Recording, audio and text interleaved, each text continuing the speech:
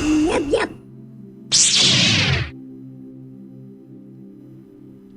Hey there everybody, welcome back. I'm the Gerbil, and this is the Galaxy last week, September 4th. I think this is my best episode yet, and I'm really excited to share some great content with you.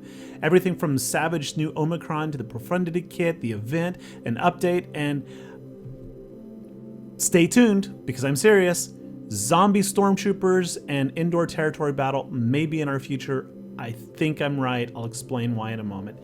Other than that, if you are enjoying this show and you have 3 more seconds to spare, please go ahead and hit that like and subscribe button. It means a lot to me. I put a lot of effort into these shows to try to bring you the best content I can, the most accurate information that I can, and I really would appreciate it. All right, let's go ahead and get started because this show should be pretty cool. All right, let's start off with Savage Omicron. I just like the way that sounds, the Savage Omicron. So I'm not going to go into a deep discussion about it. I've got 2 links down in the description if you want to see them, one from Arnold and one from a YouTuber called Calvin Awesome. I'm not familiar with his channel, but he has a pretty good review of the Omicron.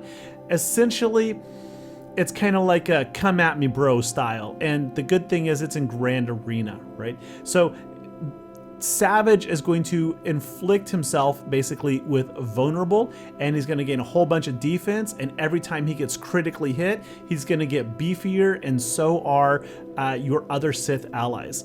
I think it's just a really fun, creative Omicron, and if my Savage was anything higher than maybe Gear 7, I'd apply it without hesitation, but mine are not. So I hope you all do play it. If you do, let me know what you think about it in the description below. I'm super stoked to see how well this one turns out. It's kind of like, to me, it's kind of like a Wampa style one, but it just builds on itself, right? Like Wampa roars and roars and gets stronger and stronger. This guy just gets stronger and stronger the more you hit him. So I enjoy it. It's also kind of a Profundity style. Hit me, I inflict you with expose and counter, right? Anyway, moving on. It's a lot of fun. The Profundity is the big news of the week. It finally came to us. We got the kit reveal, and for, I think, the first time ever, the synergy suggestions are spot on. Those first 3 ships, Outrider, Y-Wing, and Han's Millennium Falcon, right now look like the de facto starting lineup that you need in almost any encounter. I have been playtesting the living crap out of it with everything from Biggs and Wedge to starting with the Phoenix and the U-Wings, and I get nothing as remotely consistent as this right here.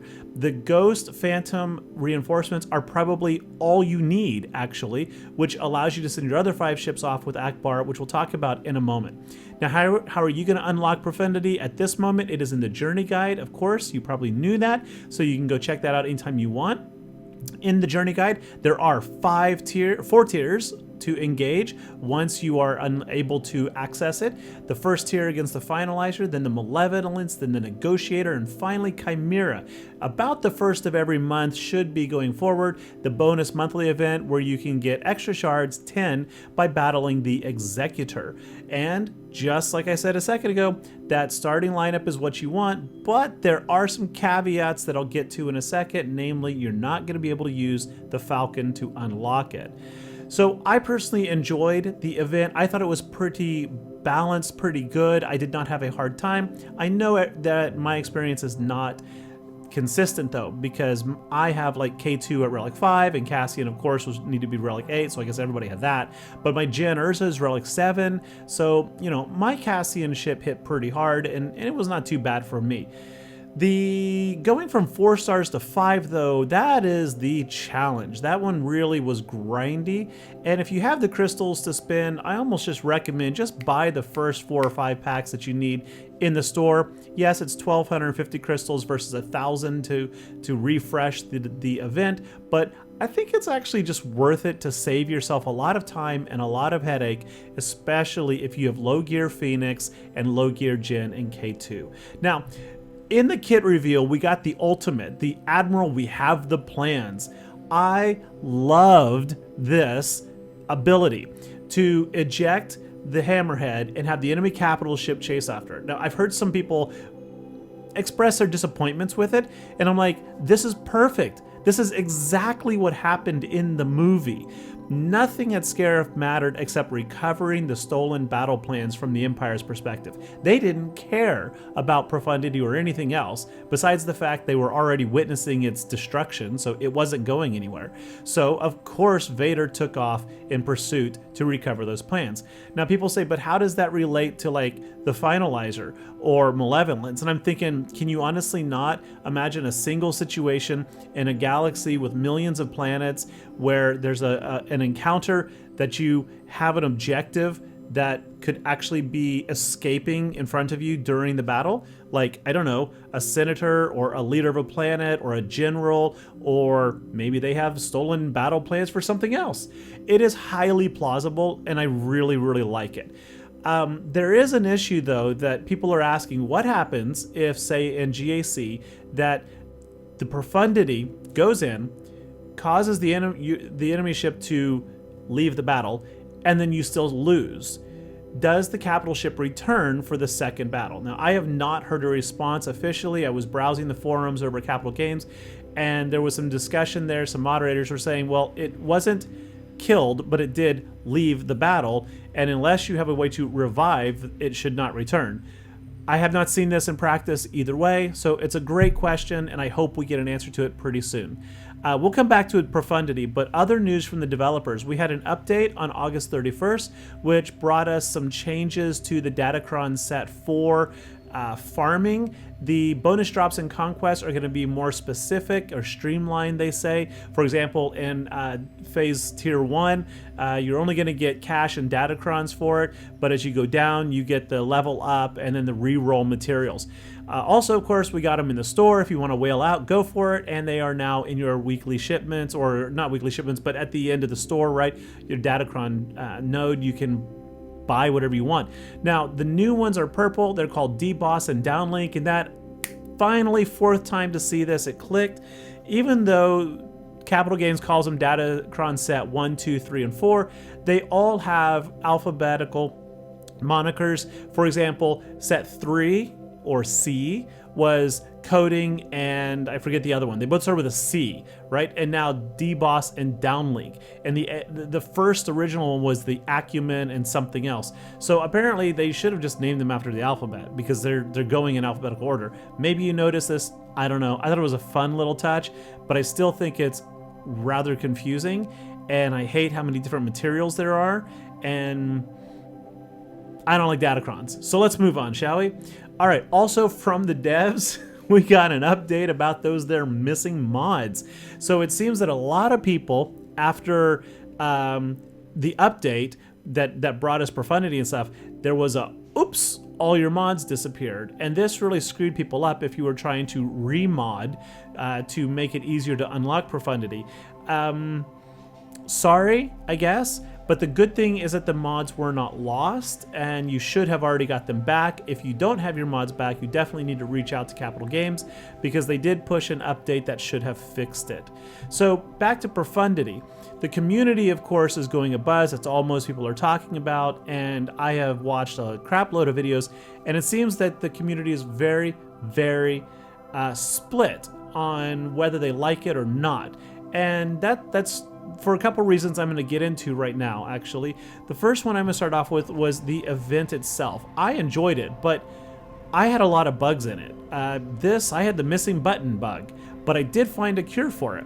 Tap Darth Vader. Don't know why, but tap Darth Vader and my buttons came back. This happened several times. The first time I actually quit the battle and reloaded it, and I just felt like I wasted 4 minutes.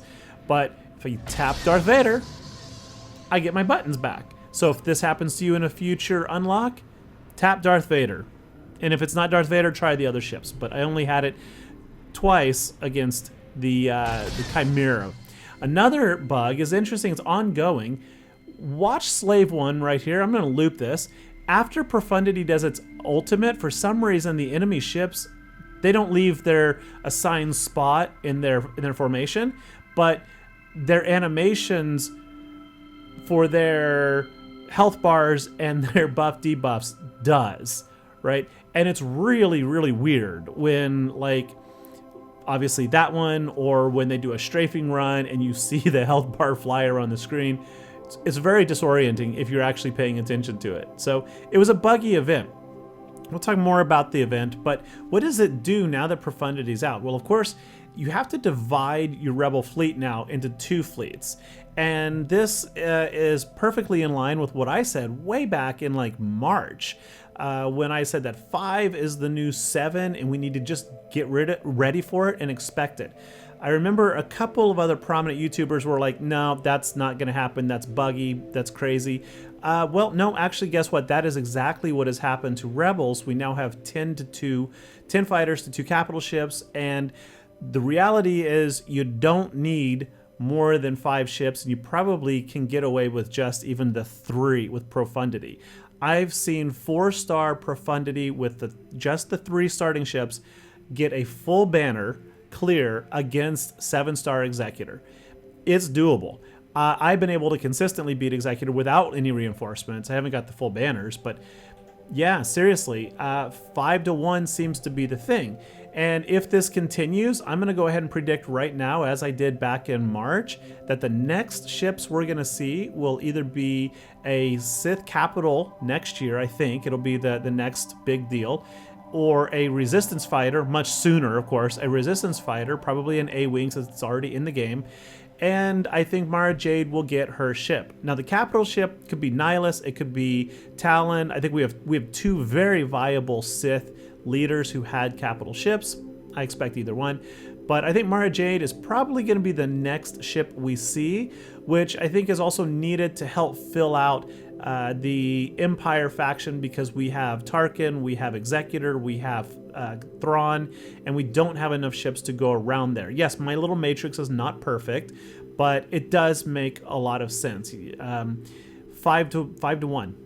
Anyway, shall we move on? Yes, we shall. So the Profundity also introduced a new dynamic in Arena and, of course, in Territory Battles and now Grand Arena. And that is going to be that the Profundity has a Relic 9 requirement to unlock. Even a 4-star easily, and I do mean easily, defeats maxed out Executor fleets.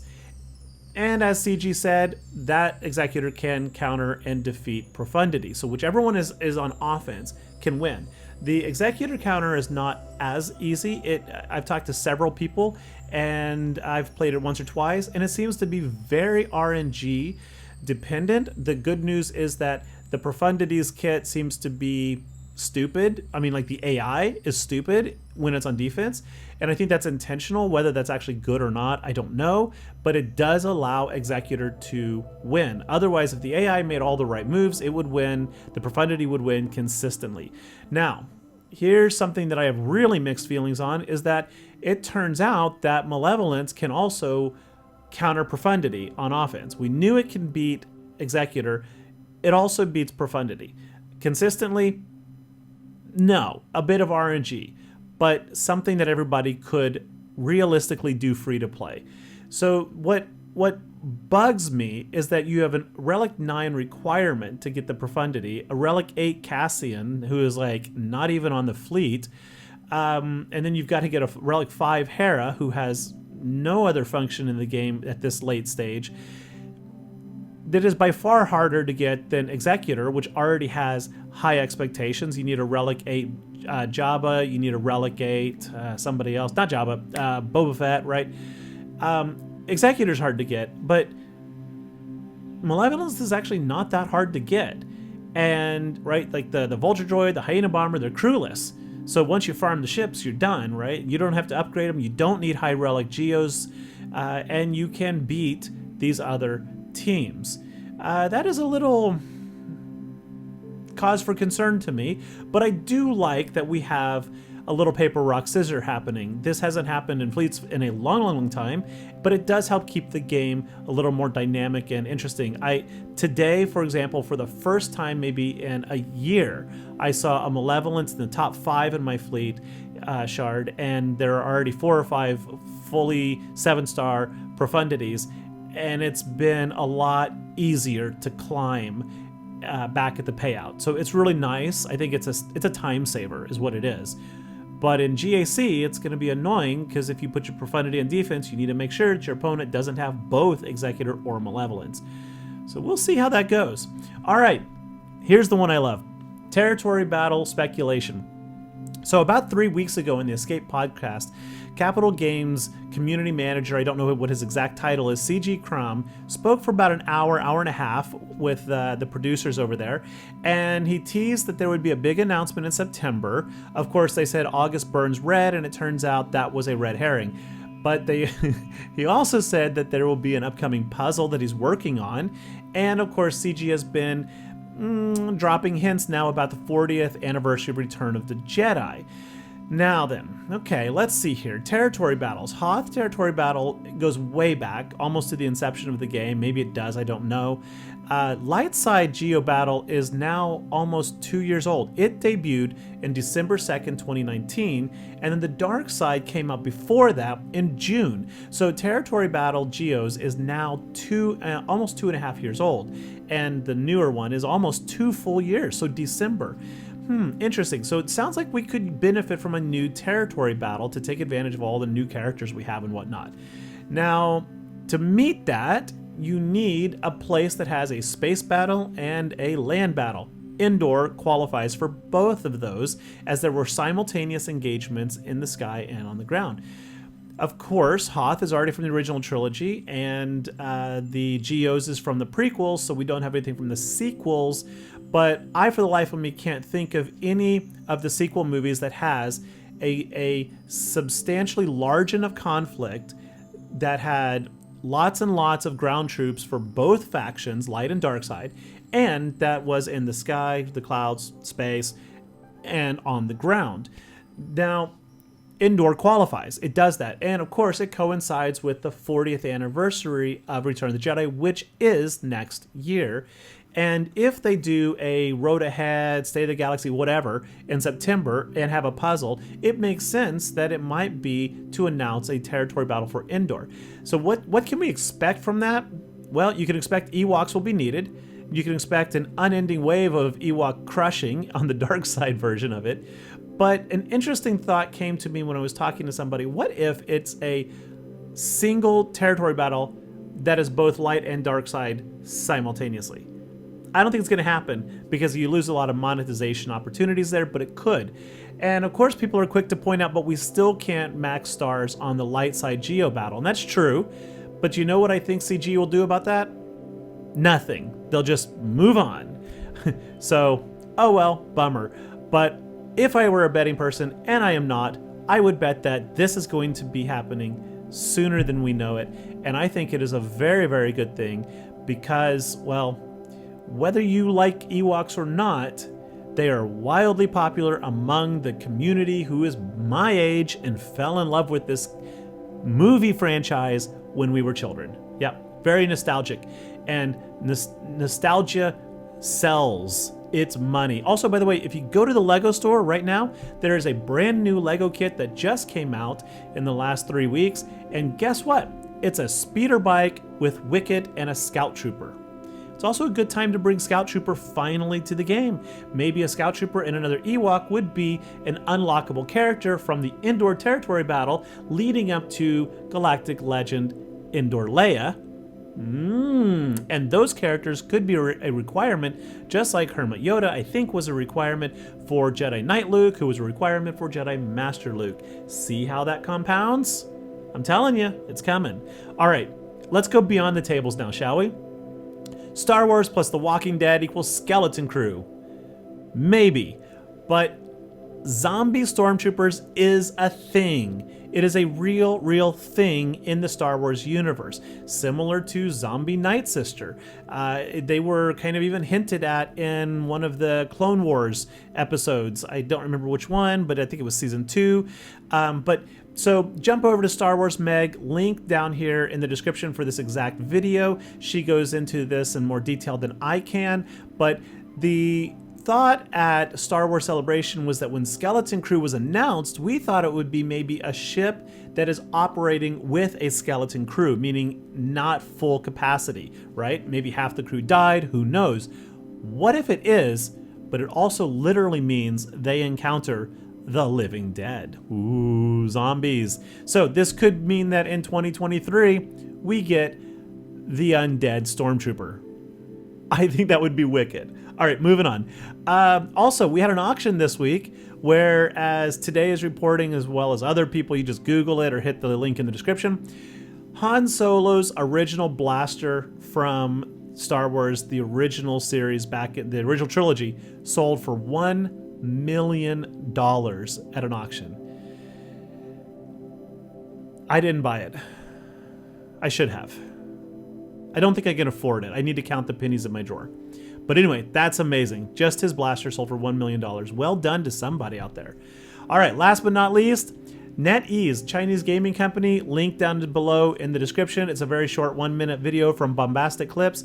NetEase, Chinese gaming company, has acquired Quantum Dream. Now, this is maybe good, maybe nothing, don't know, but it is interesting and does provide more hope that the game Star Wars Eclipse is actually going to be completed right now, because Quantum Dream was in serious trouble financially, culturally, and NetEase has a lot of financial resources and motivations to develop it. Also, it's interesting because here in China, Star Wars is almost non-existent. Like, really, nobody here knows what it is or even really cares much about it. This is an opportunity for Lucasfilms, Disney, and Star Wars to begin to get some market penetration into the world's biggest gaming market, which is actually China and Asia, right? People beyond China pretty much know Star Wars, but really here, it's crazy how many people don't know anything about Star Wars. Anyway, I personally think this is good. If you don't know NetEase, look them up. They are responsible for some mega hit blockbuster games. And I don't know everything, but they have their fingers in a lot of different games, which is probably why their flame logo right there looks like a fingerprint. Ooh, creepy now that I think about that.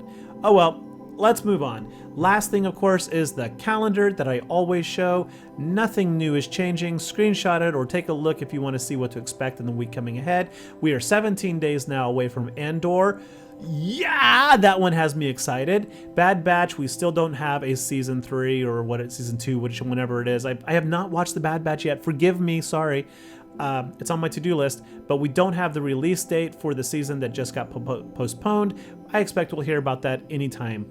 All right, once again, I am the Gerbil. If you've enjoyed this, please give me that like and subscribe, and I will see you all later. Take care. Thanks for watching. Bye-bye.